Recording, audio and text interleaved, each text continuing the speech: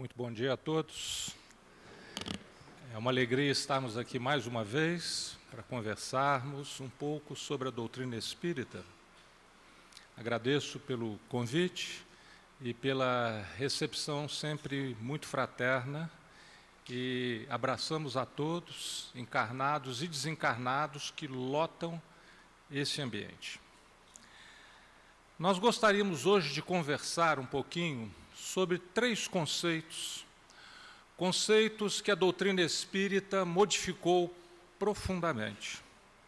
São conceitos que nos acompanham de longa data e com os quais, inclusive, muitas vezes fomos manipulados ao longo da história do pensamento religioso no nosso planeta. São os conceitos de pecado, culpa e castigo.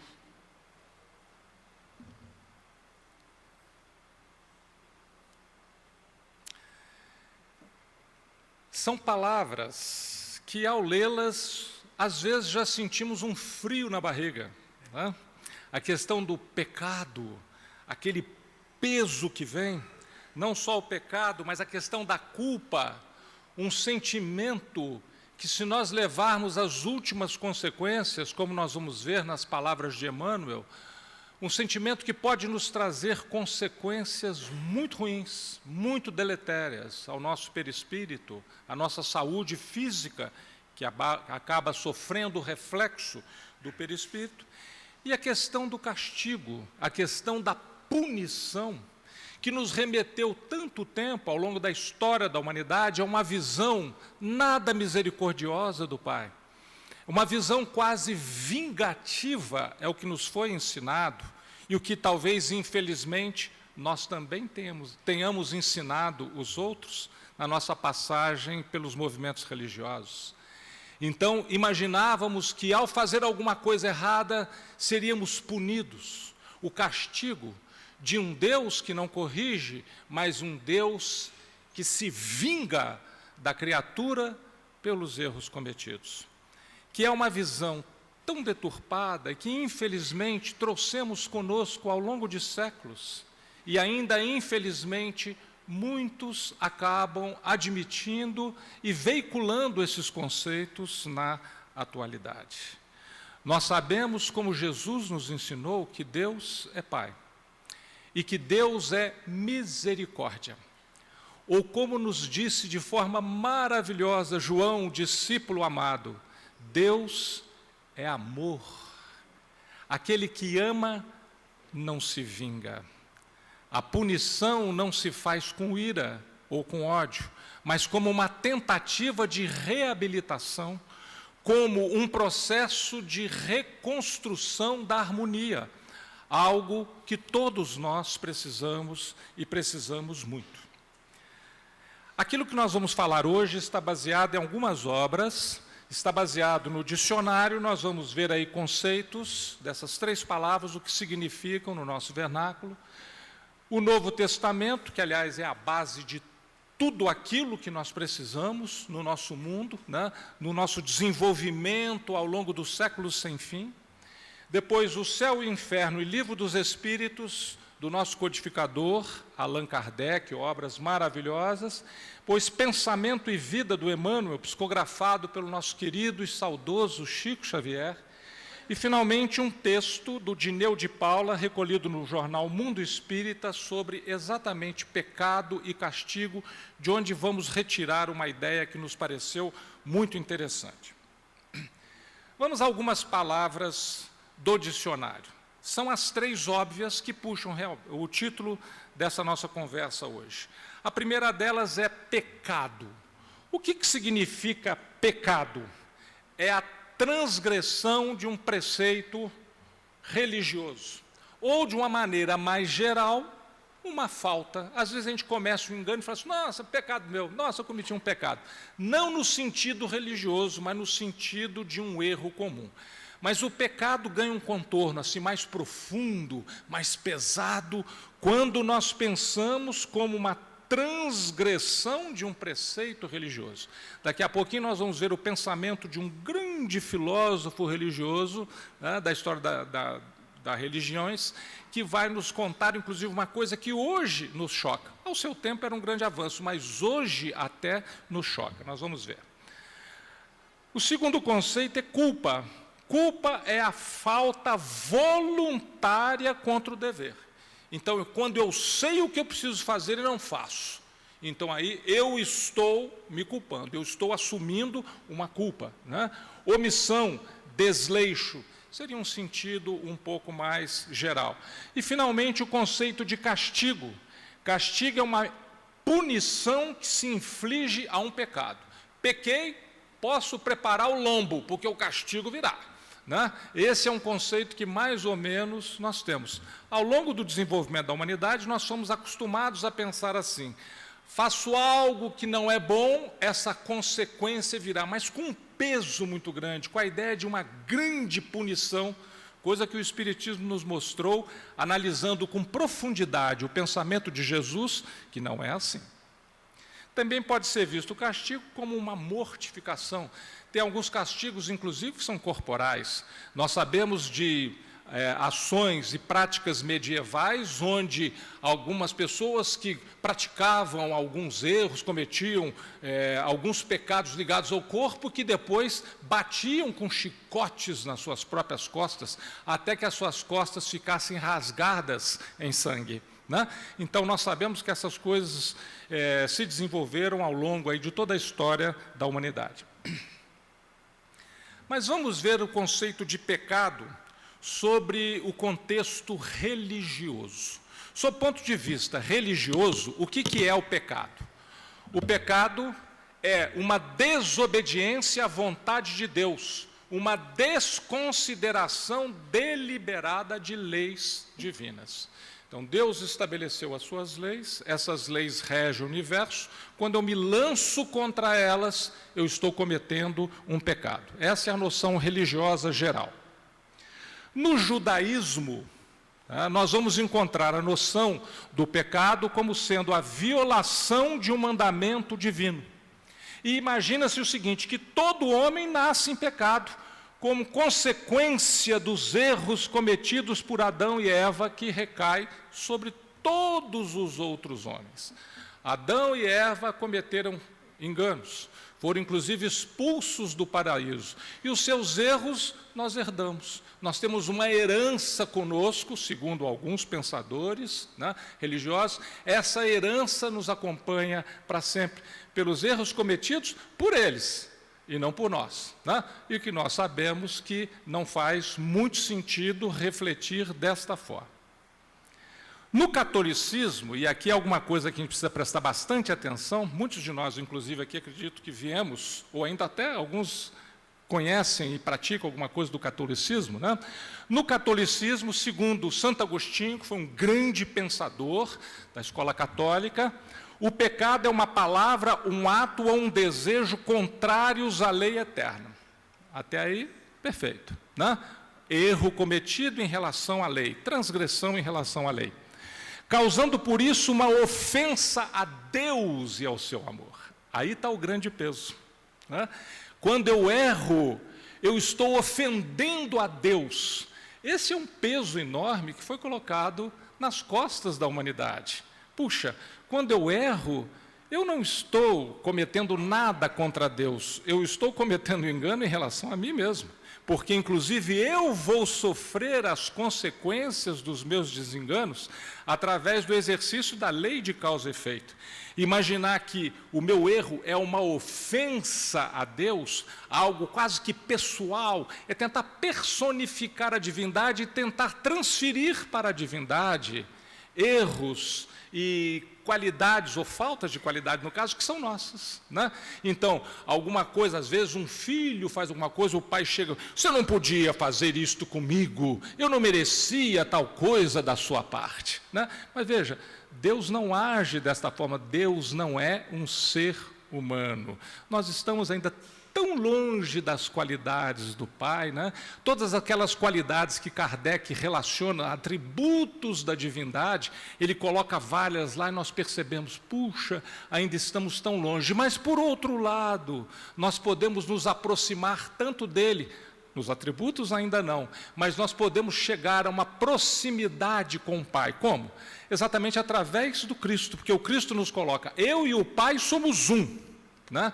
De absoluta identificação. O Cristo, como patrocinador de todo o nosso processo de evolução no planeta, nos permite que nós possamos chegar até o Pai através dele. Então, através dele, nós conseguimos esta integração. E essa integração é absolutamente fundamental.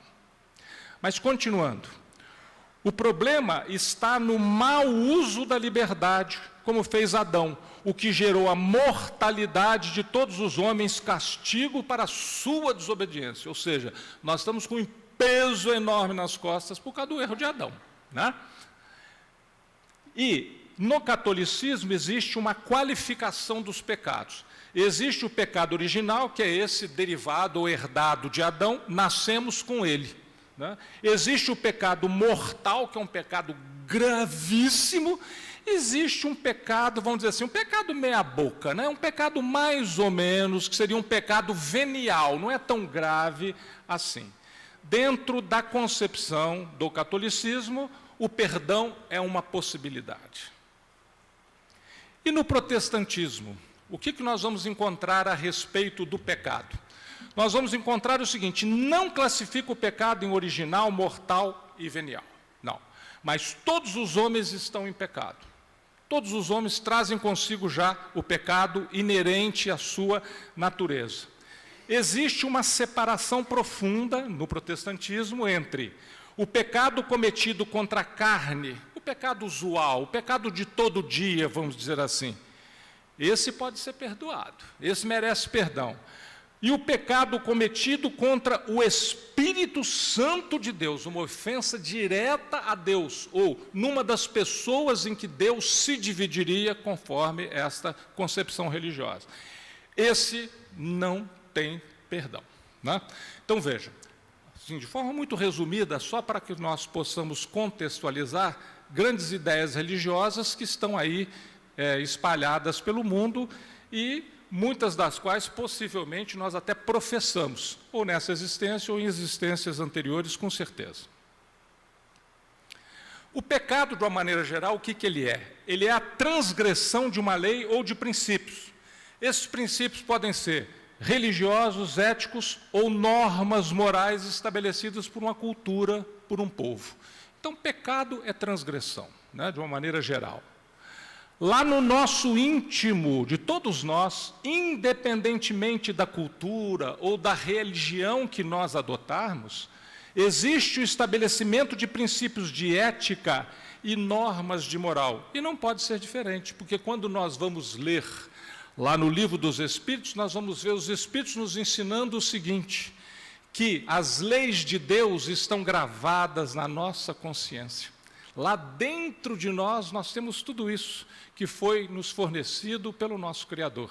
Então, nós sabemos muito bem, quando estamos agindo dessa ou daquela forma, se estamos acertando ou se estamos errando. Alguma coisa, é como se fosse uma válvula que dispara, né, que abre dentro de nós e avisa, olha, tal coisa você não deveria fazer, né? Ou como nos diz Paulo, né, eu posso tudo, mas eu não devo fazer tudo, nem tudo me convém, né? Nem tudo vai me ajudar no meu processo de equilíbrio, de desenvolvimento que eu preciso realizar.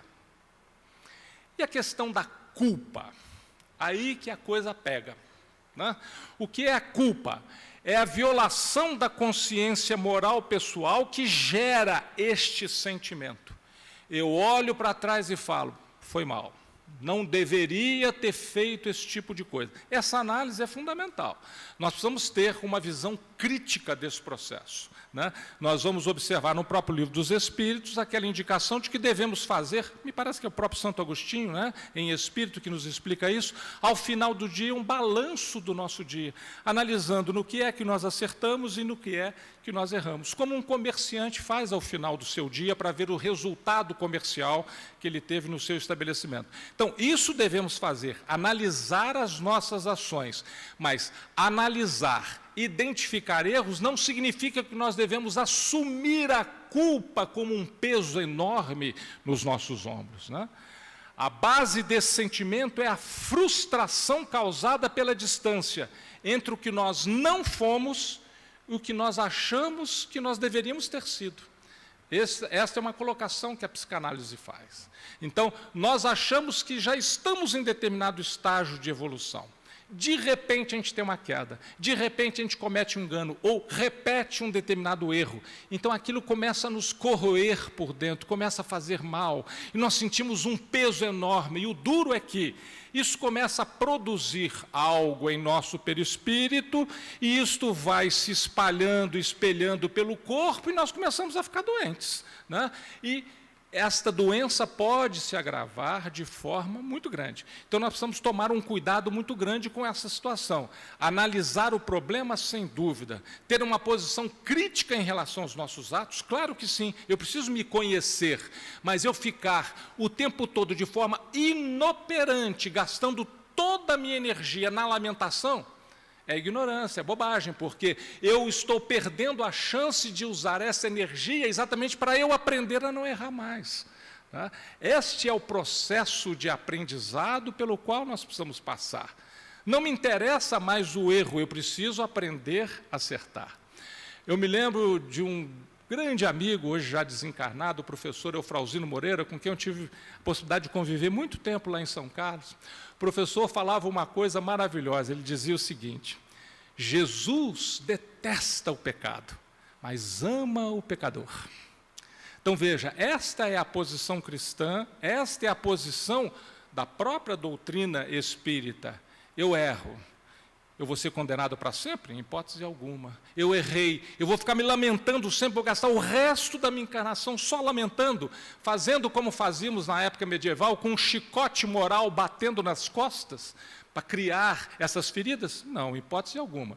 Eu percebo que eu errei, se eu errei contra alguém, vou procurar refazer, compensar, ajustar e sigo em frente para não errar mais. Né? Eu vou tentar me policiar para que eu não cometa mais esses enganos. Assim como nós fazemos em relação ao trânsito, eu tomo uma multa por excesso de velocidade, na próxima vez eu vou ser um pouco mais rigoroso na hora de respeitar o limite de velocidade. Né? Então, eu preciso ter essa noção de que a minha energia é uma coisa muito preciosa que Deus nos oferece, né?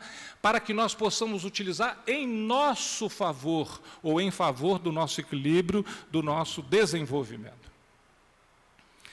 Emmanuel tem uma página maravilhosa, nós vamos pegar aqui apenas uns trechinhos, recomendo, aqueles que tiverem acesso ao livro Pensamento e Vida, do Emmanuel, tem uma página só sobre a culpa, onde ele fala coisas muito importantes, eu vou recordar algumas delas.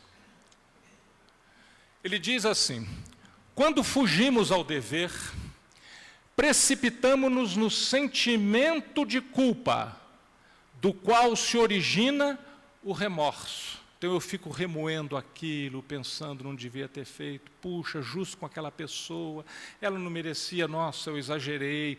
Então nós ficamos remoendo isto, com múltiplas manifestações, impondo-nos brechas de sombra aos tecidos sutis da alma.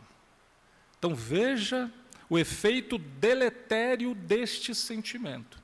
Insisto, a analisar criticamente as ações precisamos fazer, mas adotar esse sentimento de culpa, esse remorso pesado que nos crava no chão, não nos deixa avançar, em hipótese alguma. Essa não é a proposta do Criador para nós. Ele é Pai, Ele é misericordioso, Ele quer os seus filhos saudáveis, felizes, avançando e não sofrendo e lamentando os erros do passado. Emmanuel continua: projetando as energias dilacerantes do nosso próprio desgosto, né? Eu achava que devia ter feito uma coisa, não fiz, fica uma lacuna enorme, eu tenho dificuldades de trabalhar isso dentro de mim. Ante a culpa que adquirimos, quase sempre somos subitamente visitados por silenciosa argumentação interior que nos converte o pesar. Eu estou pesaroso comigo mesmo, não consigo suportar essa situação. Qual é o próximo passo? Inicialmente alimentado contra nós mesmos, eu transformo em mágoa e irritação com os outros. Veja que processo terrível. Eu cometi o engano. Eu mesmo fiz aquilo que não deveria. Tenho compreensão disso. Me deixo escravizar pelo sentimento do remorso. Só que como isso começa a ficar um peso enorme, é algo insuportável, eu começo a querer descarregar sobre os outros. E eu começo a distribuir mágoa, ódio, irritação. Eu estou nervoso, é um familiar que chega perto e você fala, agora eu não quero nem conversar. Olha, nesse momento não, por favor. Veja, nós perdemos o senso das coisas, né? Nós começamos a perder o equilíbrio, estragamos às vezes a convivência, perdemos uma oportunidade de um momento, às vezes agradável em família, é exatamente aquele familiar que vai nos trazer uma palavra, que vai nos lançar à frente, e eu com irritação eu jogo. E em geral, o que é pior, nós fazemos isso com aqueles a quem nós mais amamos. Né? Aqueles que estão próximos, aqueles que estão conosco ali do nosso lado, ajudando a segurar toda a barra da vida, todas as dificuldades das nossas experiências reencarnatórias. Né? Emmanuel continua, é nesse estado negativo que, martelados pelas vibrações de sentimentos e pensamentos doentios, então veja, são toxinas mentais que nós estamos criando. E isso fica espalhado pelo nosso perispírito. Atingimos o desequilíbrio parcial ou total da harmonia orgânica. Isso se transfere para o corpo, enredando corpo e alma nas teias da enfermidade, com a mais complicada diagnose da patologia clássica. Às vezes começa com uma esofagite branda, às vezes isso evolui para uma úlcera terrível. O nosso sono a gente não consegue conciliar, a gente acorda 4 horas da manhã meio assustado. Por que é que eu acordei assim? Né? A gente começa a pensar naquilo tudo, nossa, aquilo que eu fiz, não devia ter feito, a gente fica refletindo. Esse é o momento de serenidade, não é o momento para nós entrarmos nessa não.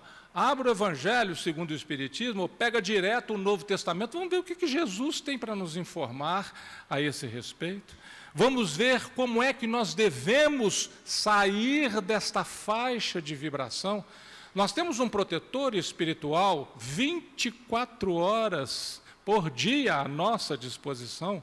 Nós temos o recurso da prece para nós estabelecermos a sintonia tão bem lembrada por Jesus na oração das orações, que é o Pai Nosso, que nós devemos estar ligados, né? Pedir proteção e amparo. Né? Perdoa, Pai, as minhas ofensas, mas eu assumo o compromisso de também perdoar. Nós devemos orar, mas não só orar, devemos vigiar, inclusive o nosso próprio comportamento. Eu vou deixar me afundar numa situação de culpa, num oceano de culpa e de remorso? Em hipótese alguma, porque isso me faz muito mal e não resolve o problema. Essa é a questão fundamental. Se eu ficasse remoendo e com remorso, e sentindo pena de mim mesmo por uns 2, 3 dias e resolvesse, mas não resolve. Só vai causando problemas novos e abrindo espaço, às vezes, para sérias e profundas obsessões de difícil tratamento. Né? Então, veja, nós precisamos pensar com muito equilíbrio a respeito de tudo isso e utilizar os recursos que nós temos. Puxa vida, eu acho que eu vou ao centro tomar um passe. Ótimo. Nós sabemos que o passe é o banho da alma. Tomo o banho da alma, saio do banho, vou me sujar tudo outra vez. Não, eu vou vigiar o meu pensamento, vou aproveitar todas aquelas energias que foram trazidas do plano espiritual, retiradas dos mananciais e também dos próprios médios que oferecem o seu magnetismo. Tudo isso foi combinado de forma muito delicada e muito precisa pelos trabalhadores que são técnicos altamente especializados, que analisaram as nossas necessidades e derramaram sobre nós, principalmente aqui no coronário, como Jesus fazia, né? Derramando as energias para que nós possamos deixar aquela situação. né? Então, nós temos esse influxo de energia para seguirmos em frente. Aí eu vou para casa, tomo o passe aqui de manhã, chego depois do almoço, eu começo tudo outra vez. Nossa, mas foi mal, eu não devia ter feito isso. Puxa, ai meu Deus, e ficar remoendo, em hipótese alguma, meus amigos.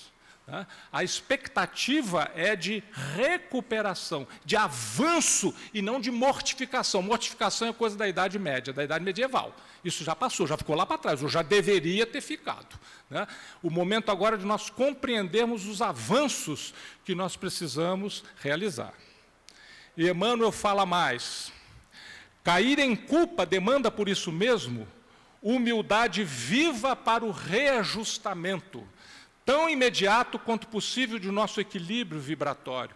Eu preciso me reorganizar, eu preciso me reharmonizar para seguir em frente e não errar mais, inclusive vigiando pensamentos, atos, etc., né? Desejos, é difícil vigiar os desejos, né? Se não desejamos, precisamos fazer isso, se não desejamos o ingresso inquietante na escola das longas reparações. O que o livro O Céu e o Inferno nos ensina? Nós cometemos um engano, transgredimos a lei. Eu passo pelo arrependimento, eu vivo a expiação e eu preciso compensar aquele a quem eu agredi, aquele a quem eu prejudiquei. Então, este é o processo. Então, vamos entender este processo e favorecer esta reabilitação, esta reharmonização. E não é com chicote nas costas que nós fazemos isso, em hipótese alguma, né? Isso aí só prejudica e ainda gasta energia que nós precisamos para outras coisas. Vamos ver algumas citações diretas no Novo Testamento. Aí nós vamos à fonte de tudo. Vamos ver o que Jesus nos fala a respeito do pecado, do erro, da culpa. E eis que lhe trouxeram um paralítico deitado num leito. Jesus promoveu inúmeras curas, como nós sabemos, né? Vendo-lhes a fé, Jesus disse ao paralítico: tem bom ânimo, filho, estão perdoados os teus pecados. Veja, uma expiação difícil, alguém que nasceu ou adquiriu paralisia dos seus membros, deitado numa maca.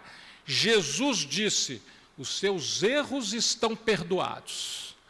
Que posição é essa de Jesus? Ele está carregado de erro e de culpa, Jesus simplesmente tirou? É que Jesus, como patrocinador da nossa evolução no planeta, bateu o olho naquele espírito e falou: ele já expiou tudo que tinha que expiar. Eu posso, porque Jesus tem essa autoridade, eu posso operar a justiça divina em favor desse paralítico. E é isso que ele faz. Ora, para que saibais que o Filho do Homem tem sobre a terra, aqui junto a nós e nos entornos do planeta, somos cerca de 35 bilhões de espíritos sob a responsabilidade de Jesus, ele ainda disse: eu tenho outros rebanhos, não é só esse não. Então é muita gente sob a responsabilidade desse espírito solar, né? Disse então ao paralítico: levanta-te, toma o teu leito e vai para a tua casa, ou seja, segue a tua vida. Então, a expiação já tinha chegado ao fim. Jesus, ao perceber isso, deu a demonstração, além de tudo para mostrar que ele era o Messias, né? Para mostrar a autoridade que ele tem para operar a justiça aqui no nosso planeta. Jesus fala também: ide, porém, e aprendei o que significa misericórdia quero, e não holocaustos, sacrifícios exteriores, entregar bichos sacrificados lá no templo. O que vale isso? As pessoas, inclusive, têm mais posse, podem entregar mais, né? Jesus quer misericórdia, pois ele fala: não vim chamar os justos, e sim pecadores ao arrependimento. Me lembro certa vez uma passagem, acho que é Hilário Silva que nos conta num dos seus livros, psicografado pelo Chico, que Eurípides Barçanufo ele estava encarnado ainda, foi levado a um local no plano espiritual em desdobramento. Ele chega ao longe, ele vê uma pessoa no fundo, parece numa região assim de um jardim, ele vai se aproximando e vê, é Jesus. E Jesus chorando. Ele pergunta: mestre, o senhor está chorando por todos esses que se lançam contra o senhor, por esses que lançam as teorias maléficas que destroem o mundo, o senhor está fazendo isso por aqueles que não o respeitam? E Jesus amorosamente fala com Eurípides: não, Eurípides, eu choro por aqueles que me conhecem, mas não me seguem, por aqueles que escutaram a mensagem, mas não aprenderam. Então veja, a nossa posição tem que ser a posição. Jesus não veio chamar os justos já estão resolvidos. Ele veio chamar a cada um de nós que estamos ainda problematizados, agarrados nas nossas experiências reencarnatórias, nas nossas necessidades de expiação e prova. Mas tem hora que a coisa aqui fica pesada. Claro que fica. Nós estamos no mundo de provas e de expiações. Nós esperamos encontrar o que aqui neste mundo? Expiações e provas. Não tem outro jeito. É disto que nós precisamos. Mas como é que eu atenuo isso? Tem jeito? Claro que tem. Daqui a pouquinho nós vamos ver o que é que resolve realmente essa parada. Replicou-lhe Jesus: em verdade vos digo, todo aquele que comete pecado é escravo do pecado. Este é o problema maior. Não é apenas eu errar. Eu erro, percebo o erro, eu me corrijo e faço força para não errar mais. O problema é me tornar escravo deste pecado, dessa transgressão, qualquer que seja ela. Todos nós temos as nossas, tá certo? Vamos fazer um raciocínio. No que é que eu ainda estou desequilibrado? Nesse ponto, naquele, não importa no que é. Nós não podemos nos deixar escravizar por isso, como Paulo também, um apóstolo, nos dizia, né? Eu não me deixarei escravizar pelos vícios, né? Eu anoto, eu transformo, eu me modifico para não errar mais. Eu não posso ficar escravo dos meus desejos. Mas eu preciso tanto de tal coisa. Até quando? Até quando que eu vou precisar? Até quando que eu vou deixar que isso desequilibre as minhas fibras íntimas a ponto de atrapalhar a minha encarnação? Quando nós chegarmos ao final da nossa encarnação, nós vamos ter que fazer um balanço, né? Esse balanço vai ser feito. Está saindo da encarnação como? Nós temos que sair melhores do que nós entramos. Nós temos que ter resolvido algumas questões. Nós temos que ter expiado ou purgado, né? Limpado o nosso campo íntimo. A nossa veste nupcial, que é o perispírito, precisa estar mais clara, precisa estar mais equilibrada, né? Aí é o seguinte: eu era mandão, eu abusei do ódio, do poder, etc. Eu espezinhei as pessoas, mas graças a Deus, nasci num lar espírita. E aí vou ao movimento espírita já quando jovem, na escola de moral infantil, depois eu vou à mocidade espírita, me integro ao centro, me torno um trabalhador do centro espírita. Como trabalhador do centro espírita, quando quem quiser trabalhar tem espaço, aí eu vou e me lanço na direção do movimento espírita naquela casa e chego a presidente da casa. Na hora que eu chego a presidente da casa, numa reunião de diretoria, alguém fala, e tal coisa assim, não, isso nem pensar. Aí a pessoa coloca uma outra opinião, não, o que vale é a minha opinião. Aí eu continuo agindo da mesma forma. Eu estou no movimento espírita, eu aprendi um monte de coisa, li inúmeras vezes o Evangelho segundo o Espiritismo, o Livro dos Espíritos, e continua a mesma coisa. Só que o mandão que eu era lá fora, agora eu sou dentro do centro espírita, que não é mais o centro espírita fulano do tal, é o centro do sou fulano ou da dona Beltrana. Tá certo? Porque é ele ou é ela que mandam. Então, vejam, são deslizes que nós vamos cometendo sucessivamente, né? E não podemos fazer isso, nós precisamos sair melhores, nós precisamos acabar com esses nossos desequilíbrios para nós podermos avançar. Puxa vida, mas a vida está pesada agora. Pois é, e as oportunidades que eu tive, eu aproveitei? Eu deixei de aproveitar, aí a vida veio e colocou uma carguinha no meu ombro, nunca superior ao que o ombro suporta, como Jesus mesmo nos ensinou, né? Para que eu possa levar até o final nesse processo. Jesus nos deu a demonstração maravilhosa. Lá no final, ele que não devia nada, espírito já totalmente aperfeiçoado, em comunhão com o Pai, esse espírito carrega a cruz infamante do seu próprio sacrifício aos ombros, vergastado pela maldade alheia, sofrendo as agressões verbais e físicas naquele instante, né? Ele passa por tudo isso para nos mostrar que nós precisamos carregar a nossa cruz. E a nossa cruz talvez seja um pouquinho mais pesada do que aquela que Jesus levou ao Gólgota. Tá certo? Então é bom a gente pensar direitinho. Ainda algumas citações do Novo Testamento. Jesus nos avisa, quando nós vamos ganhando informação, a nossa responsabilidade cresce. Veja, respondeu-lhe Jesus, se fosseis cegos, não teríeis pecado algum. Ele está falando com os fariseus, com os saduceus, mas na realidade ele está falando com todos nós. Mas porque agora dizeis, nós vemos, subsiste o vosso pecado. Então nós transgredimos quando nós sabemos. Quando eu ainda não sei, se eu não sei, eu não estou fazendo nada de errado, não fiz escolha. Eu simplesmente fui no piloto automático, né? Agora, se eu já sei, então eu tenho mais responsabilidade. E Jesus nos coloca uma pergunta bem na nossa face. Que fazeis de especial? Ou seja, o que nós estamos fazendo com tudo isso que Ele nos entregou? No que é que essas palavras têm nos transformado, né?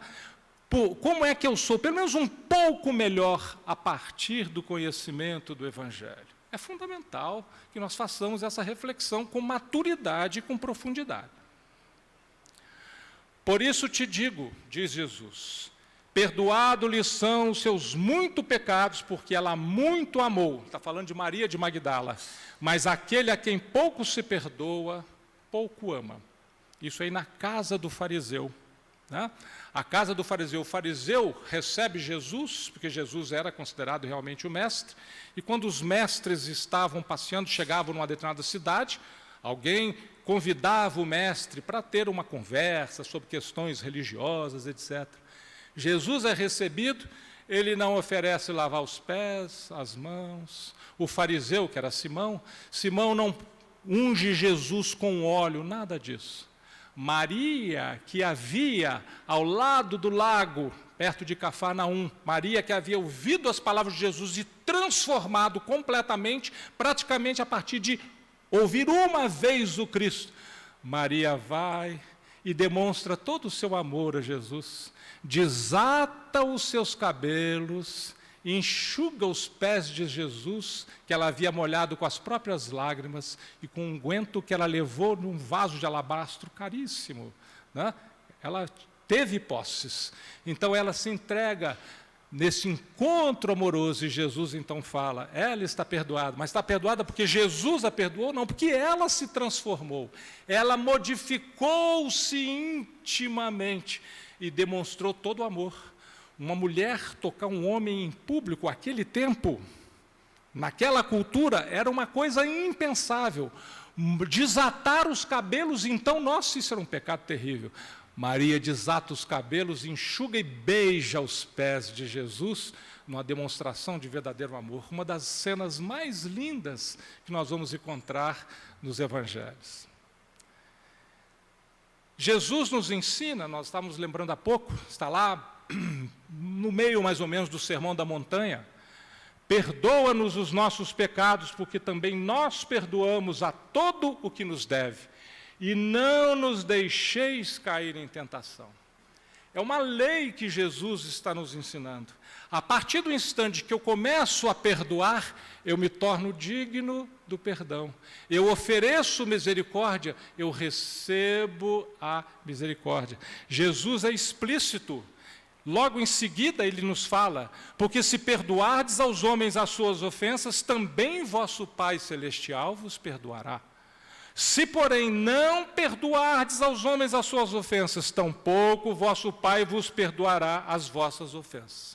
Tem gente que fica incomodada com essa passagem, fala, puxa vida, né? Mas eu ainda sou imperfeito, às vezes não consigo perdoar, mas Deus não vai perdoar, Deus não é perfeito?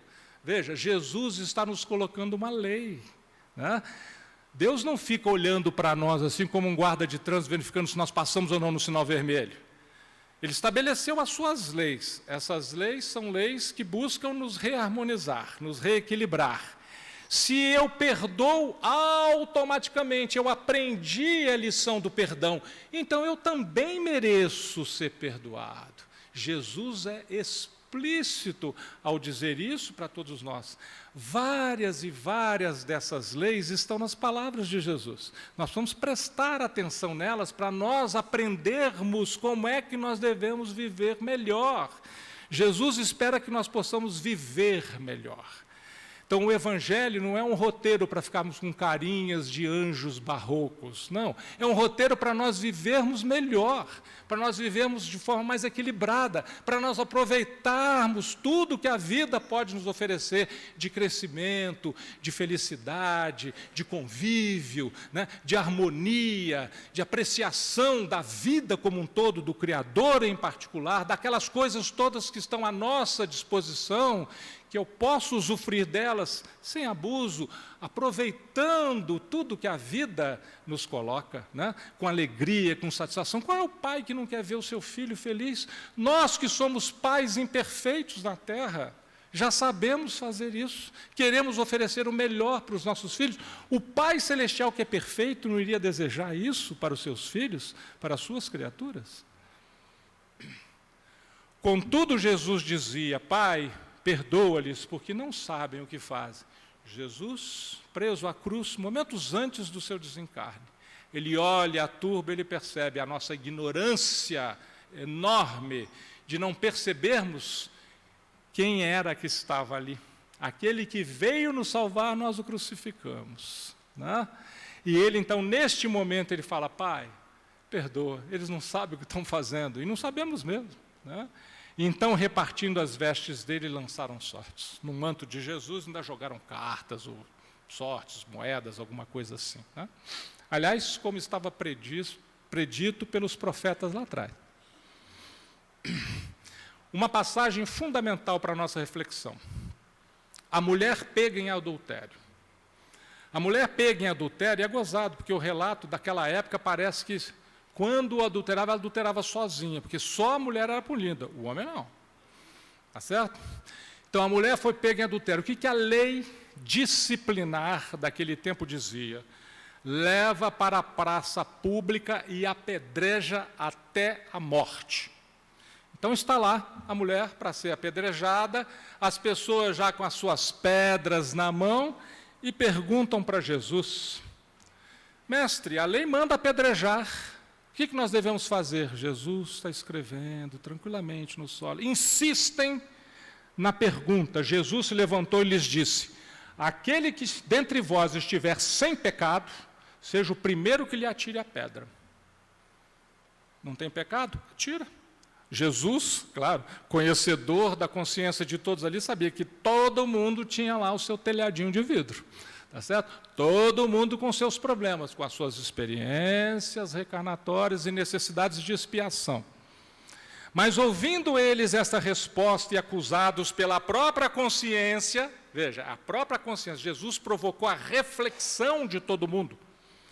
Foram se retirando um por um, a começar pelos mais velhos até os últimos, ficando só Jesus e a mulher no meio onde estava. Eu sempre me pergunto por que os velhos saíram primeiro. Eu não sei se é porque tinham mais pecado ou se tinham mais juízo. Alguma coisa tem que ser, tá certo? Mas o relato é claro, os velhos saíram primeiro. Vamos pensar que talvez seja porque tivessem mais juízo, né?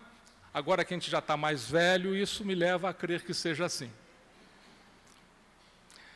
Erguendo-se Jesus e não vendo ninguém a mais, além daquela mulher, perguntou-lhe: mulher, onde estão aqueles teus acusadores? Ninguém te condenou? Respondeu-lhe ela: ninguém, Senhor. Então disse Jesus: nem eu tampouco te condeno. Jesus não nos condena. Vai e não peques mais. Mas também Jesus não passou a mão na cabeça dela e falou: minha filha, continua, vai lá, continua fazendo as mesmas coisas. Não, vai. Não erra mais, não se comprometa mais com a lei. Mas eu não estou aqui para te condenar. Jesus não é nosso juiz. Jesus é nosso irmão maior, segurando nas nossas mãos e falando: vem, vem, o banquete está pronto, aproveita o banquete que está preparado pelo Pai Celestial, né? As núpcias estão rolando. Que núpcias são essas? Que casamento é esse? O casamento estabelecido entre o nosso Messias, entre Jesus e toda a humanidade. Está prontinho para nós nos beneficiarmos. E vai ser assim, olha, esse casamento vai ser lua de mel eterna. Tá certo? Porque nós só vamos ter coisas boas nesse casamento. Mas quais são os mecanismos de reabilitação para a gente se acertar? Ora, tendo Cristo sofrido na carne, armai-vos também vós do mesmo pensamento. Isso é Pedro nos ensinando. Pois aquele que sofreu na carne deixou o pecado. Ou seja, quem expiou na carne, na encarnação, já não é mais escravo do pecado. Para que no tempo que vos resta na carne, já não vivais de acordo com as paixões dos homens, mas segundo a vontade de Deus. Vejam a compreensão profunda de Pedro do nosso processo de evolução. Eu largo a escravidão das paixões, das minhas paixões, e eu me integro à vontade do Pai. Como? Eu descubro, aprendo essas leis e começo a atuar, a agir, a pensar segundo essas leis. Então aí, no tempo que ainda me resta na carne, ou seja, nesta encarnação, eu posso avançar muito. Eu vou ficar aí distraído, eu vou ficar perdido na escuridão de mim mesmo, achando que deixa a vida me levar. Não, eu quero conduzir a minha vida e segundo uma forma que me lance à frente, que não me prejudique, né? Que me faça evoluir o mais rápido possível. Acima de tudo, porém, e aqui está a grande dica dada por Pedro para todos nós. Acima de tudo, porém, tendes amor intenso um para com os outros, porque o amor cobre a multidão dos pecados. Então, como é que a gente resolve esse problema? Como é que a gente se libera do processo expiatório, ou pelo menos a gente passa mais rápido por ele? Com amor. É por isso que a doutrina de Jesus se resume em quê? Como nos diz Lázaro, de mensagem que Kardec colocou no Evangelho segundo o Espiritismo. A doutrina de Jesus se resume toda, inteira, em amor. É a lei de amor. Então nós precisamos aprender a amar, porque aquele que ama está se libertando. Quem ama, perdoa. Né? Então merece o perdão. Quem ama, modifica-se. Quem ama, se equilibra. Quem ama, aproveita a vida. E quem ama, se integra ao Pai Celestial. Todo aquele que pratica o pecado, nos diz João, também transgride a lei, porque o pecado é a transgressão da lei. Mas veja o que ele fala na sequência. Assim conhecemos o amor que Deus tem por nós e confiamos nesse amor. Ah, mas a barra está muito pesada. Ah, não sei se eu vou aguentar. Gente, nós confiamos ou não confiamos em Deus? Nós fomos ou não fomos criados por Ele?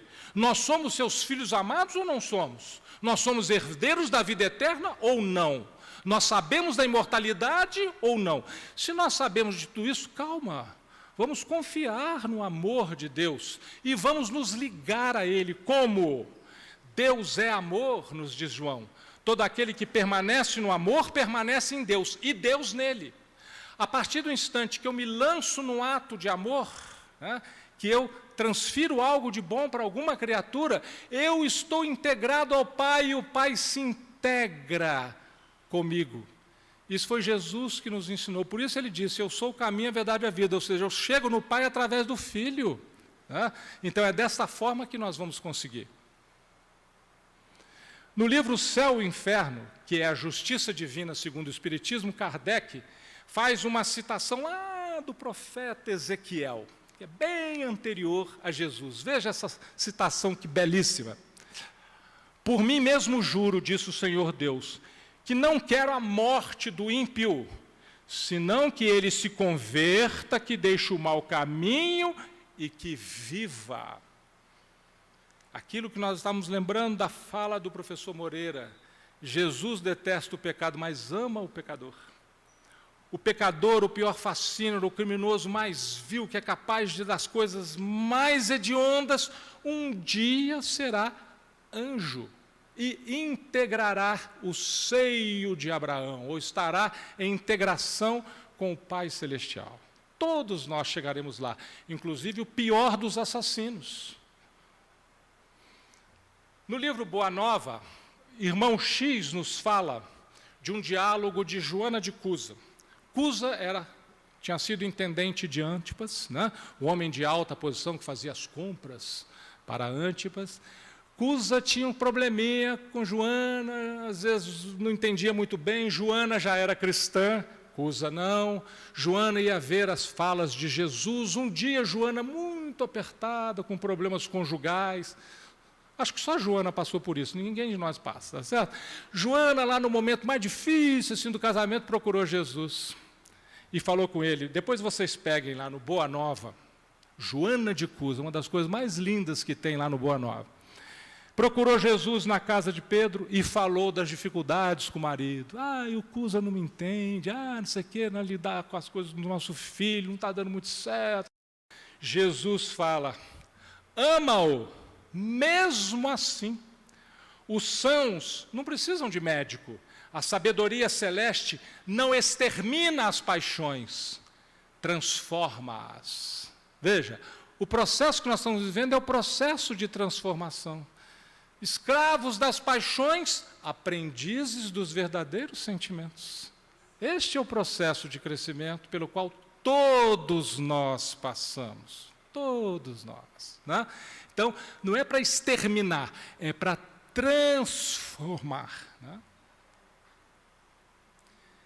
E nós vamos encontrar a enorme contribuição trazida pelo Espiritismo no sentido da nossa visão de culpa, castigo, pecado. A visão é uma visão renovadora, é o puro cristianismo de volta para todos nós. Vamos ver 2 trechinhos. Questão 964 do Livro dos Espíritos. Mas será necessário que Deus atente em cada um dos nossos atos para nos recompensar ou punir? Ou seja, como o guarda de trânsito que fica ali olhando, passou no vermelho, multa, passou no azul, boa viagem. Ou no azul não tem azul, no verde, né? Passou no verde, boa viagem. Será que é assim? Não é assim.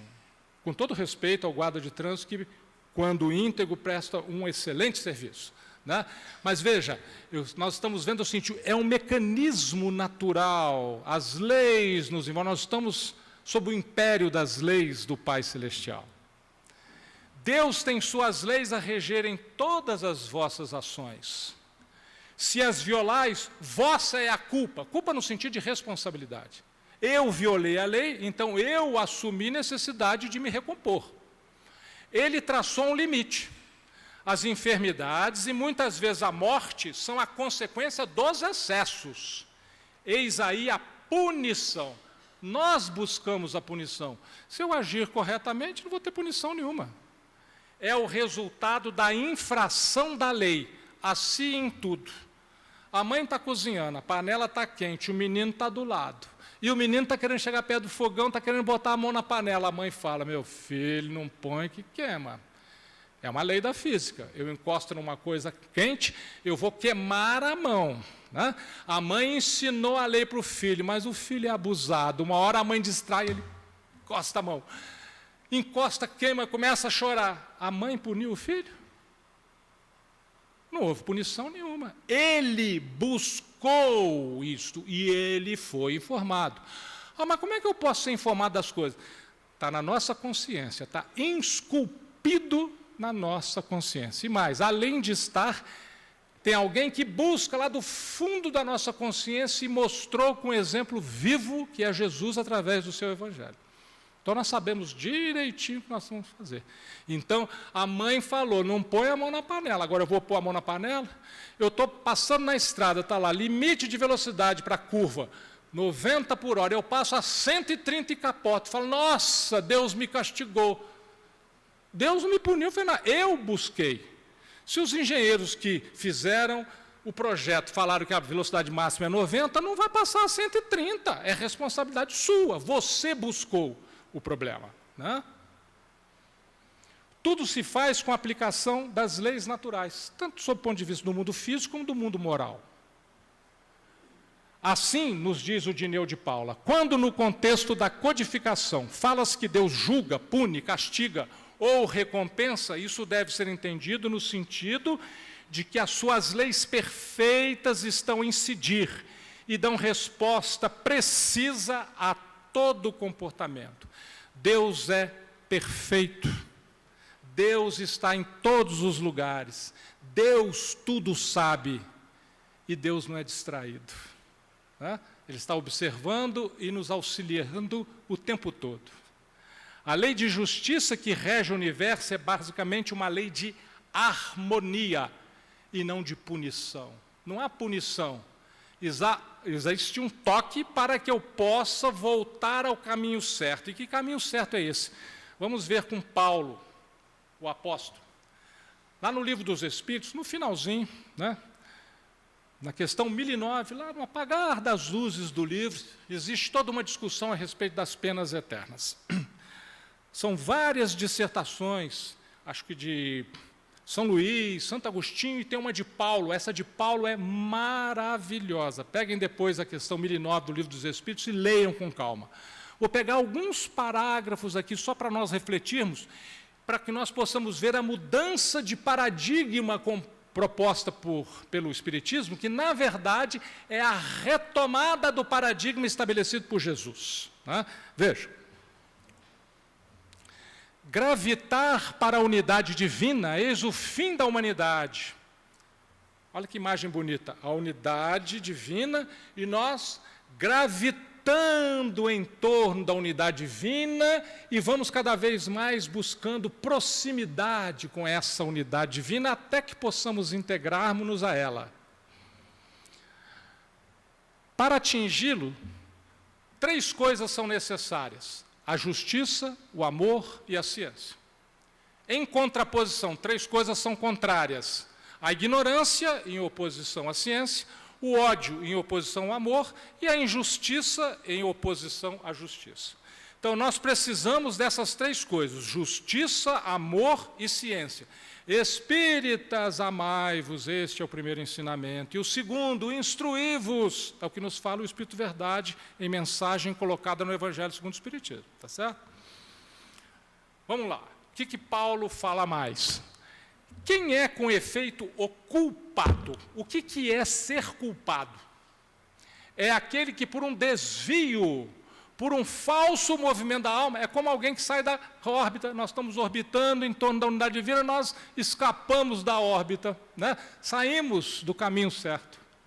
Se afasta do objetivo da criação, que consiste no culto harmonioso do belo e do bem, idealizados pelo arquétipo humano, pelo homem-deus, por Jesus Cristo. O homem-deus é o homem integrado a Deus, não o homem pedaço de Deus. Né? Paulo continua: o que é o castigo? A consequência natural derivada desse falso movimento. O castigo é capotar na curva se eu passei acima do limite. Eu capotei, caí, desci lá no despenhadeiro, amassei o carro, bati a cabeça, quebrei uma perna, não sei o quê. Por quê? Porque eu me desviei. Não é punição. Eu transgredi, eu vi as consequências, eu vou passar um tempinho lá no hospital refletindo sobre isso tudo e vou falar, eu acho que da próxima vez vou respeitar o limite traçado pelo engenheiro de estradas. Né? Não vou ultrapassar aquele limite. Uma certa soma de dores necessária a desgostá-lo da sua deformidade. Olha que visão maravilhosa que Paulo nos coloca. Pela experimentação do sofrimento. Ou como me dizia um querido tio, através de quem eu me tornei espírita, o professor sofrimento. O professor sofrimento vem para nos ensinar lições maravilhosas. Mas eu quero sofrer menos, então ame mais. Pedro já nos ensinou, o amor cobre a multidão dos pecados. Ama muito que você vai sofrer pouco. O castigo é o aguilhão que estimula a alma, pela amargura, a se dobrar sobre si mesma e a buscar o porto de salvação. O castigo tem por fim a reabilitação.